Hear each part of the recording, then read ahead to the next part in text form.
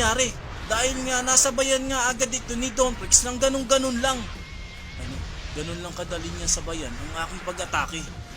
Sinasabi ko na sa inyo, ang mga ganitong atake ay hindi uubra sa akin. Kaya wala talaga kayong kapag-apag-asang manalo sa labanan. Kahit na ganun pa man, ay napakatindi rin talaga neto ni Jing. Nagagawa niyang makipagsabayan dito kay Don Prix. Ayan na nga, sabog na naman. Jing versus Don. At 1-on-1 na nga lang ang nangyayari dito. Malakas talagang matandang ito. Ang hirap niyang talunin. Si Don Prix naman ang biglang umatake gamit ang mga bato. Nakaiwas naman agad dito si Jing. Delikado. Hanggang ngayon ay marami talaga siyang abilidad na kayang gawin pa na hindi ko nalalaman. Mas mabilis kang kumilos kaysa inaasahan ko. Ngayon, ito naman ang iwasan mo. Tingnan natin kung hanggang saan ang itatagal mo sa laban nating dalawa.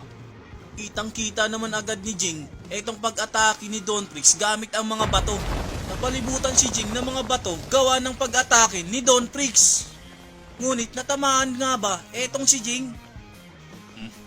Nawala bigla ang kanyang presensya. Kung ganun, mahusay nga talaga ang isang ito.